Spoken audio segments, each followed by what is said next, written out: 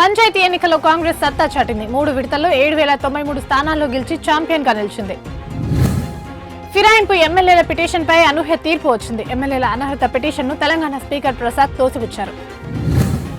బంగారం ధరలు మళ్లీ పరుగులు పెడుతున్నాయి. ప్రస్తుతం 24 క్యారెట్ల 10 గ్రాముల బంగారం ధర 1,34,510 వద్ద కొనసాగుతుండగా 22 క్యారెట్ల 10 గ్రాముల బంగారం ధర 1,23,300 వద్ద కొనసాగుతుంది.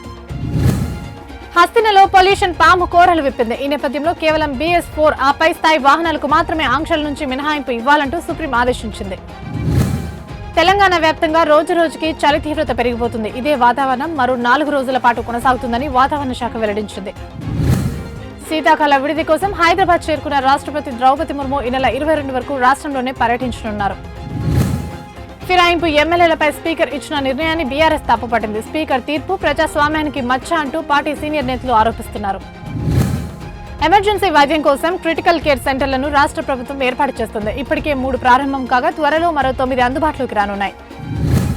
టెట్ పరీక్షల కోసం టీచర్లు సెలవులు కోరుతున్నారు. మూకుమ్మడి సెలవులతో బోధనకి ఇబ్బంది అవుతుందని అధికారులు అంటున్నారు. సౌదీలో కంటపడిన ఓ అరుదైన దృశ్యం అక్కడి వారిని ఆశ్చర్యానికి గురిచేసింది. ఎప్పుడు ఎర్రటి ఎండతో మండిపోయే ఆ దేశంలో పలుచోట్ల ఒక్కసారిగా మంచు కమ్మేసింది.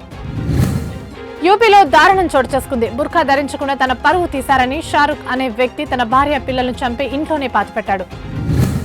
ఛత్తీస్గఢ్ సుక్మా జిల్లాలో భీకర కాల్పులు జరిగాయి. ఈ కాల్పుల్లో 3 మావోలు మరణించినట్లు భద్రతా బలగాలు తెలిపాయి. పశ్చిమ హిమాలయాలు తీవ్ర కరువు పరిస్థితులను ఎదుర్కొంటున్నాయి. ఈ శీతాకాలంలో వర్షాలు, హిమపాతం పూర్తిగా కరగడంతో సాధారణంగా మంచుతో కప్పబడి ఉండే పర్వతాలు ఇప్పుడు బోసపోయి ఎండిపోయినట్లు కనిపిస్తున్నాయి.